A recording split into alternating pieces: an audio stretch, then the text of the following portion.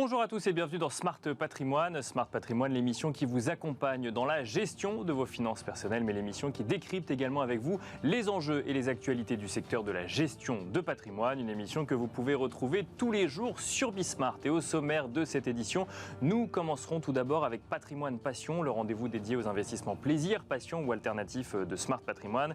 Et dans un instant, nous évoquerons le sujet de l'investissement dans les monnaies de collection, dans des monnaies de collection créées justement à cet effet. Nous en parlerons avec Marc Schwartz, président directeur général de la Monnaie de Paris. Ce sera donc la première partie de Smart Patrimoine. Nous enchaînerons ensuite avec Enjeu Patrimoine, un enjeu patrimoine consacré à l'investissement via des produits structurés à mi-année 2023 dans un contexte de marché qui pose beaucoup de questions actuellement. Nous en parlerons avec Aurélien Réquillard, gérant de portefeuille associé chez Patrival, mais aussi avec Maxime Gohin, directeur associé chez Capital Management France. On se retrouve tout de suite sur le plateau de Smart Patrimoine.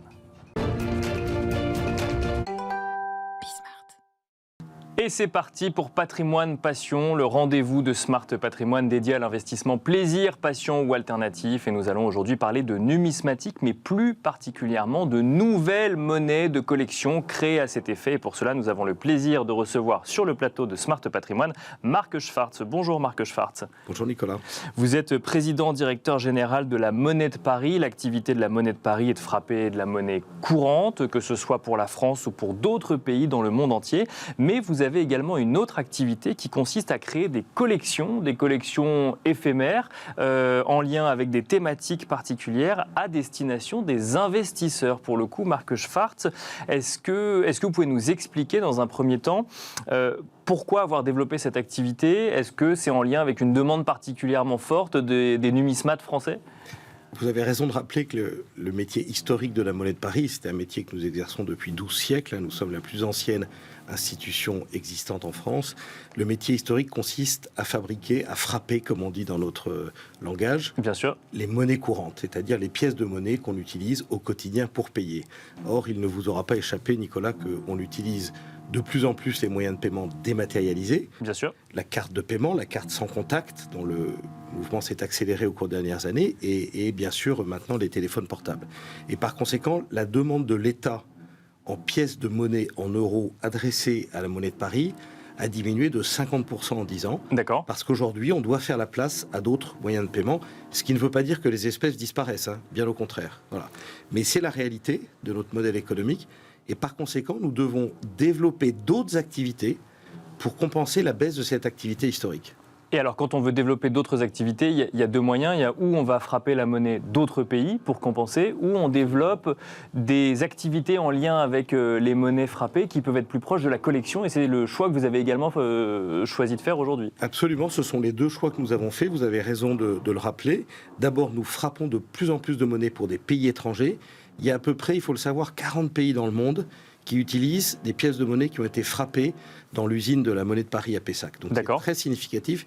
Et aujourd'hui, ça représente chaque année entre une fois et deux fois le nombre de pièces que l'on fabrique pour l'euro, c'est-à-dire sur la commande du ministère des Finances français, la direction du Trésor, qui nous passe chaque année une commande de pièces de monnaie. Donc ça, c'est la première grande direction.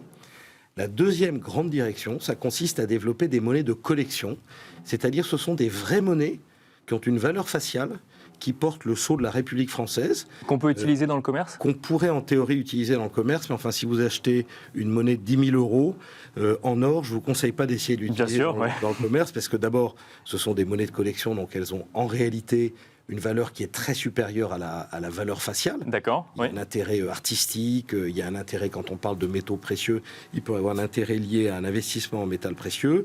Et puis par ailleurs, ces monnaies qui ne sont pas les dénominations courantes, les commerçants ne les connaissent pas. Donc si vous essayez d'acheter une baguette de pain avec une pièce de 10 euros ou de 100 euros, vous aurez peut-être un peu de mal à les faire accepter par les commerçants. Et le commerçant pourrait la refuser alors qu'elle pourrait avoir en réalité une valeur de 1 000 euros, même si la valeur faciale est de 100 euros.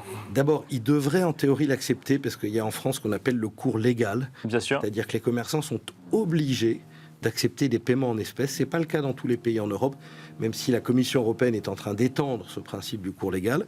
C'est le cas en tout cas en France.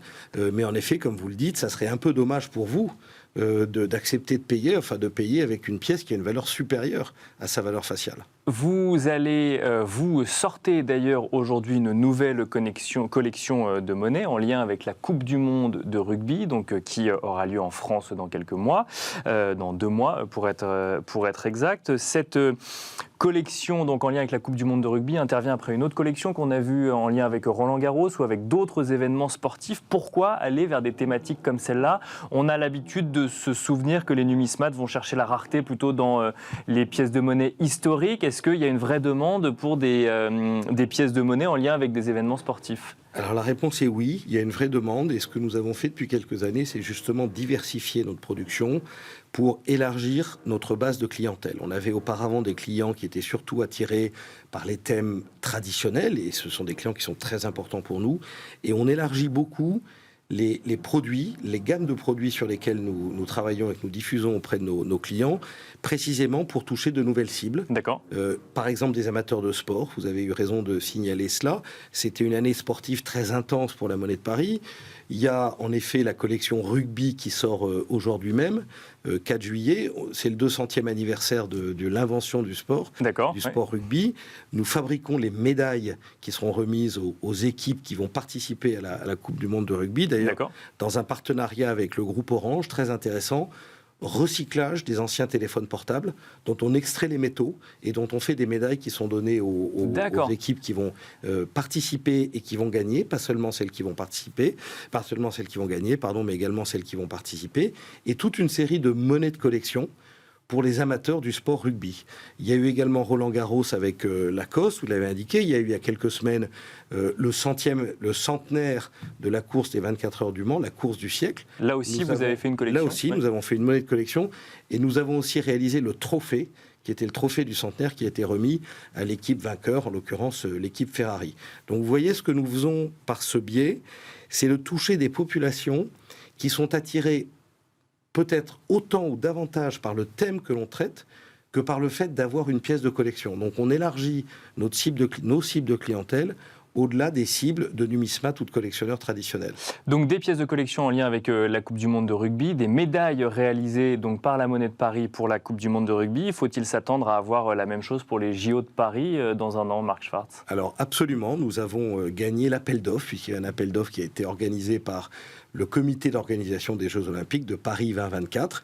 Et nous avons gagné cet appel d'offres. Et donc, nous sommes très fiers et très heureux de vous annoncer, je crois que c'est la première fois que je l'indique sur un plateau de télévision, nous sommes très heureux d'annoncer que nous allons fabriquer les 5000 médailles. Il y a 5000 médailles en bronze, en argent et en or qui vont être mises aux athlètes lors des Jeux Olympiques de Paris 2024 qui auront lieu l'année prochaine. Retour sur les monnaies de collection. Marc Schwartz, alors quand on a une monnaie comme celle-là, est-ce qu'on s'adresse, je parle par exemple en lien avec la Coupe du Monde de rugby, en lien avec Roland-Garros, en lien potentiellement avec les Jeux Olympiques, est-ce qu'on s'adresse uniquement à des passionnés de sport qui auraient envie d'acheter un souvenir quelque part de cette période ?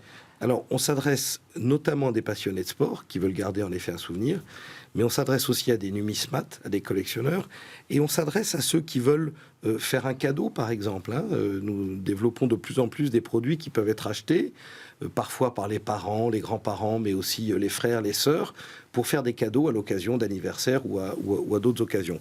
Ce qu'il faut bien voir, c'est qu'en fait, la monnaie de collection, c'est un produit qui est assez particulier. Nous en faisons d'ailleurs de plus en plus, puisqu'on parle d'investissement dans votre émission, Smart Patrimoine, nous en faisons de plus en plus en métal précieux, en or et en argent, et les Français, et pas seulement les Français, les collectionneurs ou les acheteurs dans le monde entier sont de plus en plus friands de ce type de support. Justement, je rebondis sur les Français ou les collectionneurs. Quelle est la typologie des personnes qui vont acheter une pièce de collection frappée par la Monnaie de Paris ? C'est essentiellement une clientèle française ou ça peut aller au-delà des frontières de l'Hexagone ? Alors, nous exportons entre 20 et 30% de notre production chaque année. D'accord. À destination de monnaie de collection. De monnaie de collection, absolument. À destination d'acheteurs qui sont présents dans le monde entier, parce que quand on achète une monnaie de collection frappée à la Monnaie de Paris, on achète quelque chose au fond qui est un peu du savoir-faire et l'excellence des métiers d'art et du savoir-faire à la française. Et la réputation de la Monnaie de Paris dans le monde entier, quand je rencontre des collectionneurs, des revendeurs, nous avons des revendeurs dans le monde entier, la réputation de la Monnaie de Paris, c'est tout à fait ça. Donc il y a un véritable attrait au plan international pour ces produits, mais en même temps, le plus gros de notre production est diffusé en France parce que nous réussissons à susciter l'intérêt chez les collectionneurs, au fond à toucher le cœur et à toucher un peu l'esprit pour les investisseurs en or, en argent, mais aussi à toucher le cœur des Français et des Françaises qui veulent investir et qui veulent acheter des monnaies de collection. Un mot peut-être sur le recul que vous pouvez avoir sur des monnaies de collection que vous auriez créées il y a quelques années et sur la prise de valeur ou non de ces monnaies de collection. On constate que justement les métaux précieux utilisés, que l'effet rareté induit par ces collections éphémères permettent de prendre de la valeur. Est-ce que c'est systématique? Est-ce que ça n'est pas systématique? Est-ce que ça dépend des thématiques? Alors, il y a un marché secondaire des monnaies de collection dans lequel nous, en tant que Monnaie de Paris, nous n'intervenons pas, mais il y a un vrai marché secondaire. Et ce qu'on constate, c'est qu'il y a en effet des collections qui se vendent très très bien, comme la plupart de nos collections, et qui ensuite ont une seconde vie. D'accord. Et qui peuvent être, qu'on peut trouver sur différentes plateformes dont je ne citerai pas les noms ici. Bien sûr. Sur votre plateau. Mais les numismates connaissent. Mais que les numismates connaissent très très bien et qui suscitent un véritable intérêt. Voilà, donc il n'y a pas de règle absolue. Dans certains cas, c'est une édition qui est un peu rare, une édition qui est un peu particulière. Par exemple, ce qui a toujours un grand succès, c'est ce qu'on appelle des pièces de forme. C'est-à-dire que contrairement à ce qu'on peut penser, une pièce de monnaie n'est pas toujours ronde. Bien sûr. Elle peut être carrée, rectangulaire ou peut avoir une forme particulière. Vous aviez cité tout à l'heure la collection Lacoste. Eh bien, cette année, nous avons édité des pièces de monnaie en forme de raquette de tennis. Bien sûr. Et des pièces de monnaie en forme de crocodile, évidemment, en honneur à la René Lacoste. Bien sûr. Dont nous fêtions cette année le 90e anniversaire de cette marque Lacoste. Très belle marque française. Et on finira, Marc Schwartz, sur une question en lien avec cette monnaie actuelle, en lien avec la Coupe du Monde de rugby. Elle est tirée à combien d'exemplaires? C'est quelque chose qu'on peut savoir ou qui est confidentiel? Alors, tout ça va être annoncé aujourd'hui. D'accord. Il y a des tirages qui sont limités. Les tirages sont toujours limités parce que dans le monde de la collection, la rareté fait l'intérêt. Bien sûr. Oui. Donc vous saurez tout dans la journée. Merci beaucoup Marc Schwartz. Je rappelle que vous êtes président et directeur général de la Monnaie de Paris. Merci à vous également de nous avoir suivis. On se retrouve tout de suite dans Enjeu Patrimoine. Et nous enchaînons à présent avec Enjeu Patrimoine. Nous allons tenter de comprendre ensemble comment créer, comment mettre en place sa stratégie d'investissement en lien avec les produits structurés, ce qui va nous amener aussi peut-être à se poser la question de l'investissement avec des produits structurés dans un contexte de marché que l'on connaît actuellement, où les marchés obligataires offrent des perspectives de rendement intéressantes et où les marchés actions peuvent poser quelques questions, notamment en lien avec la concentration que l'on peut constater sur les marchés européens ou marché américain. Pour en parler, nous avons le plaisir de recevoir sur le plateau de Smart Patrimoine Maxime Gohin. Tout d'abord, bonjour Maxime Gohin. Bonjour Nicolas. Vous êtes directeur associé chez Capital Management France. Nous avons le plaisir d'accueillir également Aurélien Réquillard. Bonjour Aurélien Réquillard. Bonjour Nicolas. Vous êtes gérant de portefeuille associé chez Patrival. On va commencer avec vous, Aurélien Réquillard. En lien peut-être avec ce contexte de marché si particulier. Quand on regarde les marchés actions, on constate que les performances des indices sont plutôt bonnes. Mais quand on regarde un petit peu dans le détail, on constate que entre 7 et 10 valeurs font la performance de part et d'autre de l'Atlantique, peut-être un tout petit peu plus effectivement en Europe comparé au Nasdaq ou au S&P 500 aux États-Unis. Est-ce un contexte de questionnement pour tout ce qui a trait à l'investissement sur les marchés financiers et dont les produits structurés, ou alors peut-on y voir des opportunités d'investissement via les produits structurés ? Quand on regarde les indices, en effet, on voit qu'il y a des performances très disparates selon les sous-jacents. Nous, on considère que les marchés actions sont assez hauts. En revanche, si on se penche valeur par valeur ou secteur par secteur, il y a des opportunités, notamment sur les cycliques ou sur les small caps. D'accord. Donc nous, notre stratégie, là, c'est plutôt de réduire la poche action, d'augmenter la poche obligataire qui représente pour nous une opportunité assez historique, et puis une poche de diversification avec les produits structurés. Donc on ne coupe pas à cette idée effectivement que l'obligataire offrant des opportunités, on va y aller un peu plus spécifiquement que ce qu'on aurait pu le faire il y a quelques années. Nous, on s'était débarrassé de la poche obligataire il y a 18 mois. On a commencé à y revenir en fin d'année dernière. Et là, on poursuit l'investissement sur la poche obligataire. On pense qu'il y a vraiment du rendement à aller chercher. Et on pense qu'il faut s'y atteler de manière progressive dans la mesure où personne, je crois, ne connaît la fin de la hausse des taux. Un mot peut-être sur les actions avant de demander à Maxime Gohin effectivement quelle est sa stratégie ou en tout cas la stratégie de Capital Management France. Sur la partie actions, donc si je comprends bien, les indices ne sont pas ce qu'on va regarder, on va regarder plutôt ce qui n'a pas encore suffisamment performé à vos yeux et donc plus les small et mid ou en tout cas les valeurs dont on attend peut-être un redémarrage. Il est intéressant de regarder que les small et mid, à la fois en Europe et aux États-Unis, sont très en retard par rapport aux gros indices blue chips. D'accord. Donc ce sont des opportunités d'investissement qu'on va regarder. Et puis il y a certaines valeurs qui sont encore à des niveaux de valorisation faibles. On peut envisager les banques, par exemple, ou l'automobile, qui reste assez peu cher finalement de manière historique. Et tout cela qu'on va regarder évidemment via des produits structurés. Alors notamment effectivement les banques ou l'automobile, on peut regarder ça sur des produits structurés. Pourquoi ? Le produit structuré est une solution d'investissement qui va permettre de chercher du rendement dans des marchés sans direction. Donc quand on ne connaît pas, on ne sait pas si l'action va monter, descendre, etc., eh bien ce type d'investissement permet d'aller dynamiser un portefeuille, de chercher du rendement attractif dans des marchés incertains. Maxime Gohin, même question sur le contexte de marché avant de regarder plus spécifiquement la façon dont on met en place une stratégie d'investissement en lien avec les produits structurés. On a l'impression que sur les marchés actions, il y a autant de convictions qu'il existe de gérants dans le sens où globalement on a du mal à comprendre ce qui se passe. Si on regarde les indices, je le disais tout à l'heure, tout va bien. Si on regarde dans le détail, on se rend compte que seules quelques valeurs tirent leur épingle du jeu. Comment est-ce que vous regardez ce contexte d'investissement en lien avec les produits structurés ? Alors c'est vrai que sur le contexte, on peut dire plusieurs choses. Déjà, comme le disait Aurélien, c'est que les indices sont relativement hauts. Et si on regarde notamment le CAC 40, on a battu des records. Donc c'est vrai que combien de temps va durer cette hausse ? On espère le plus longtemps possible, mais qu'est-ce qu'on fait si ça baisse dans les prochains mois ? Bien sûr. Et donc c'est vrai que dans ce contexte-là, nous, ce qu'on recommande à nos partenaires et à nos clients, c'est de lisser leurs points d'entrée. D'accord. Dans un premier temps, et puis d'utiliser beaucoup de produits avec notamment soit des versements de coupons à la baisse, soit des barrières de remboursement anticipées dégressives. Et c'est là l'avantage des produits structurés par rapport à d'autres classes d'actifs, c'est qu'on est capable de délivrer des gains, de la performance, même dans des marchés baissiers. D'accord, ouais. On a ce point-là, et puis en plus on peut également aller chercher justement des valeurs ou alors des thématiques, des secteurs d'activité sur lesquels on peut avoir encore un petit peu de performance. Je pense notamment l'intelligence artificielle aux semi-conducteurs qui ont bien monté ces derniers temps, mais où il y a encore potentiellement énormément de performance. Alors justement, si on rentre dans la mécanique de mise en place d'une stratégie donc d'investissement en lien avec des produits structurés, alors on rappelle qu'au sein d'un produit structuré, on va retrouver un certain nombre d'options donc sur des indices ou sur des valeurs ou en tout cas sur un sous-jacent. On va retrouver une poche obligataire également et tout ce cocktail-là qu'on n'aura pas le temps finalement de décrire aujourd'hui va permettre de dégager de la performance en fonction d'un mouvement anticipé du sous-jacent. C'est bien résumé pour ceux qui nous écoutent ? C'est ça, un produit structuré, c'est un contrat. Donc on va définir ensemble avec notre client et avec la banque émettrice du produit, on va déterminer un cahier des charges et des conditions, des caractéristiques, des scénarios. Et en fonction de la réalisation ou non de ce scénario, on va délivrer un gain ou une protection du capital. Et donc en fonction du client, de son aversion au risque, de son profil d'investissement, on va aller chercher des produits qui peuvent être plus défensifs ou plus dynamiques, avec parfois des maturités par exemple à 1 an, à 5 ans ou à 10 ans, des perspectives de rendement qui peuvent être à 4-5% ou à 10 ou 15%. En fonction du risque qu'on aura pris. Voilà, on va vraiment déterminer ce produit-là de manière sur mesure en fonction du profil du client, de ses appétences, également de sa stratégie.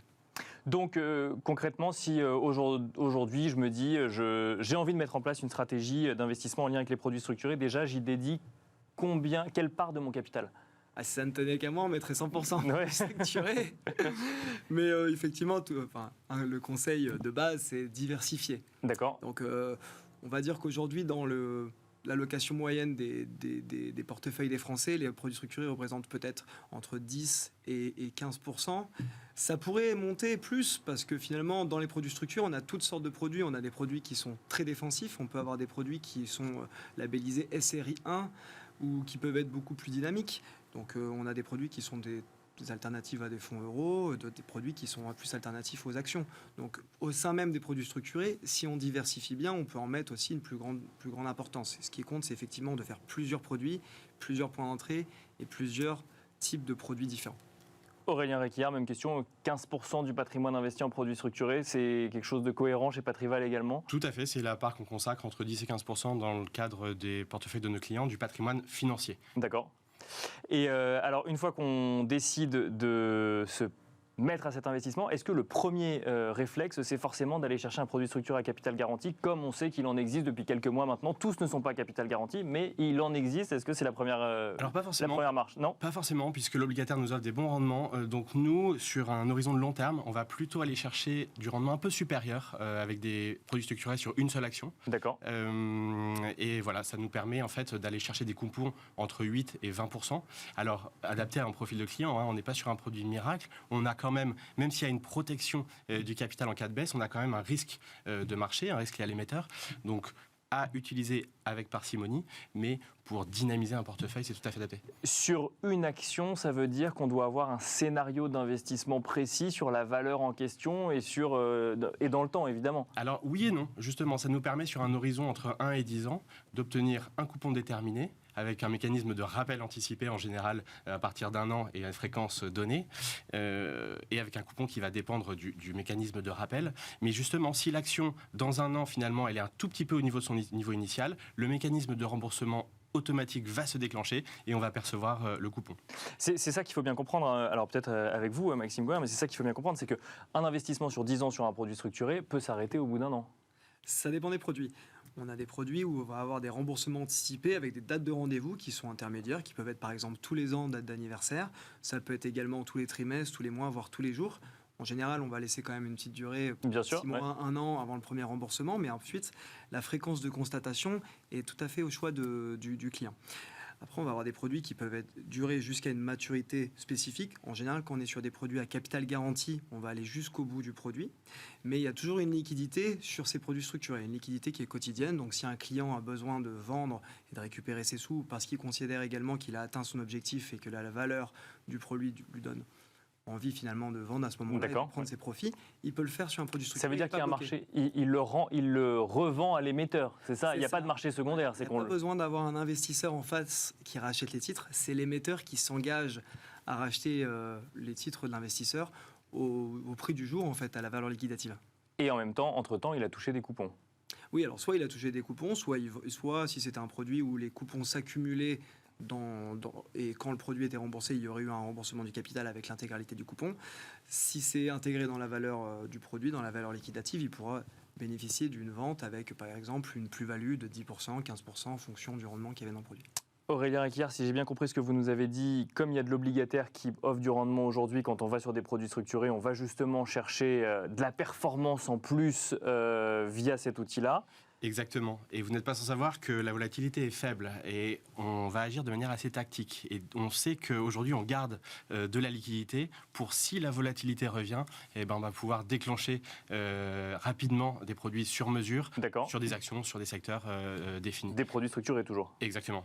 Donc on va être très tactique en fait sur cette classe d'actifs et très sur mesure aussi dans le cadre de la gestion des portefeuilles de nos clients. Maxime Goyer, même question sur la stratégie dédiée aux produits structurés. Alors on reste dans le cas où on n'y alloue que 10 ou 15%, mais est-ce que là aussi, votre idée, votre conviction, c'est d'aller chercher de la performance avec ces produits-là, ou on peut s'en servir aussi pour protéger une partie de son capital? On peut faire totalement les deux.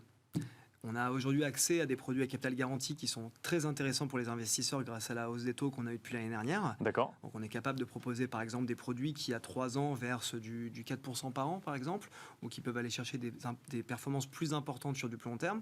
Pour avoir un produit par exemple qui a 5 ans et capital garanti et qui délivre la performance de l'Eurostoxx, ça serait un produit qui pourrait être tout à fait intéressant.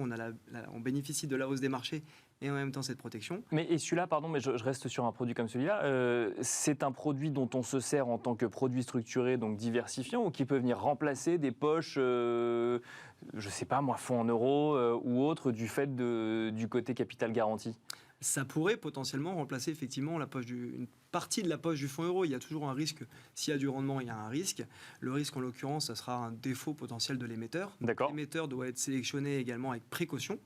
C'est pas la même chose d'avoir un produit structuré qui va être émis par une grande banque française, qui est une banque plus exotique. Plus l'émetteur est gros, plus ça rassure le client ou la cliente. Souvent, effectivement, plus l'émetteur est gros, plus ça rassure. D'accord. Ce qui ne veut pas dire qu'il n'y a pas de risque, mais oui, c'est pas forcément une question de taille. On a vu ce qui s'est passé avec Crédit Suisse et les inquiétudes qu'on a eues sur cette banque, alors que c'est quand même une des plus grandes banques internationales. Donc, ce qui compte, ce n'est pas forcément que la taille. D'accord. C'est aussi le rating, c'est la qualité de la signature avant tout. Au-delà de ces produits à capital garanti, ensuite, on va chercher de la performance et là, en fait, on va concurrencer une poche action un peu risquée qu'on pourrait avoir dans notre portefeuille. Alors, on peut avoir des produits structurés qui ont l'éventail des rendements qui sont possibles d'atteindre est énorme. On peut avoir des produits structurés qui, comme je le disais, qui peuvent être à capital garanti, qui versent du 4%. Des produits qui peuvent aller chercher des performances bien plus importantes, 10, 15, 20%, voire avec des effets de levier. En fait, on va vraiment adapter le produit structuré de manière sur mesure pour savoir dans quelle poche en fait on veut le placer. Mais ça pourrait être très bien une alternative à une poche défensive comme à une poche beaucoup plus dynamique. En fait, ce que je comprends, Aurélien Réquillart, de ce que vous nous dites tous les deux, et vous avez l'air d'être quand même assez d'accord sur l'utilisation de ces produits structurés, c'est que imaginer une stratégie de produits structurés dédiée n'a pas tellement de sens si je comprends bien, on peut faire autant de choses avec les produits structurés qu'on peut faire avec le reste des outils de gestion de patrimoine. On peut. On a des clients qui nous confient un mandat de gestion sur les produits structurés. Et ça, on le voit de plus en plus. Donc, une fraction de leur patrimoine qui ne consacre qu'à ça. Et nous, en tant que société de gestion avec un agrément spécifique, on va pouvoir réaliser l'allocation de cette poche-là. Le produit structuré, il faut bien comprendre qu'on a effectivement un rendement cible, une protection à la baisse, mais on abandonne quelque chose. On abandonne la hausse potentielle. D'accord. Donc ça, je veux bien le souligner quand même. Il faut bien préciser effectivement que... Oui, Maxime Goin. Oui. Et justement, en fait, en ce moment, vu le contexte de marché, où finalement les marchés sont déjà relativement hauts, est-ce qu'il vaut mieux pas privilégier un rendement qu'on connaît à l'avance et qui est déjà intéressant et une protection du capital ? Vous savez que la question se pose en tout cas. Parce que c'est effectivement un produit de rendement et non pas un produit qu'on pourra revendre en fonction de la hausse du sous-jacent. Dernière question pour vous, Maxime Goin. Est-ce que c'est un produit d'investissement long terme, le produit structuré ? Ça peut être les deux, à nouveau. Ouais, on peut vraiment tout faire avec le produit structuré. Il y a autant de produits structurés que de clients et de profils d'investissement. Donc on peut avoir des produits structurés qui ont une maturité d'1 an. Par exemple, on a proposé il y a quelques jours un produit à un client qui était capital garanti à 1 an et qui permettait de délivrer comme performance l'inflation au bout d'1 an. Donc c'était un produit 1 an d'une maturité Bien sûr. Pas dépasser cela. Comme on peut avoir des produits qui peuvent durer 10, 12, 15 ans. Et on peut avoir des produits qui peuvent durer 10 ans avec des remboursements anticipés aussi au bout de 6 mois, au bout d'1 an. Donc en fait, finalement, on a toutes les possibilités. Et quand on parle de produits structurés, et on finira avec vous, Aurélien Réquillart, on parle uniquement de marché, que ce soit actions ou obligations, ou on peut aller vers d'autres sous-jacents qu'on identifierait un petit peu moins? On peut faire d'autres sous-jacents comme les matières premières. Nous, c'est pas quelque chose qu'on regarde à l'heure actuelle en lien avec la volatilité de cette classe d'actifs. Voilà, c'est vrai que nous, on se concentre sur les actions et les obligations à ce jour. Merci beaucoup, messieurs. Merci Aurélien Réquillart, gérant de portefeuille associé chez Patrival. Merci Maxime Goin, directeur associé chez Capital Management France. Merci à tous les deux de nous avoir accompagnés dans Smart Patrimoine. Merci à vous également de nous avoir suivis. Je vous rappelle que vous pouvez retrouver toutes les émissions de Smart Patrimoine en replay sur bismart.fr. Et quant à moi, je vous donne rendez-vous demain pour un nouveau numéro de Smart Patrimoine.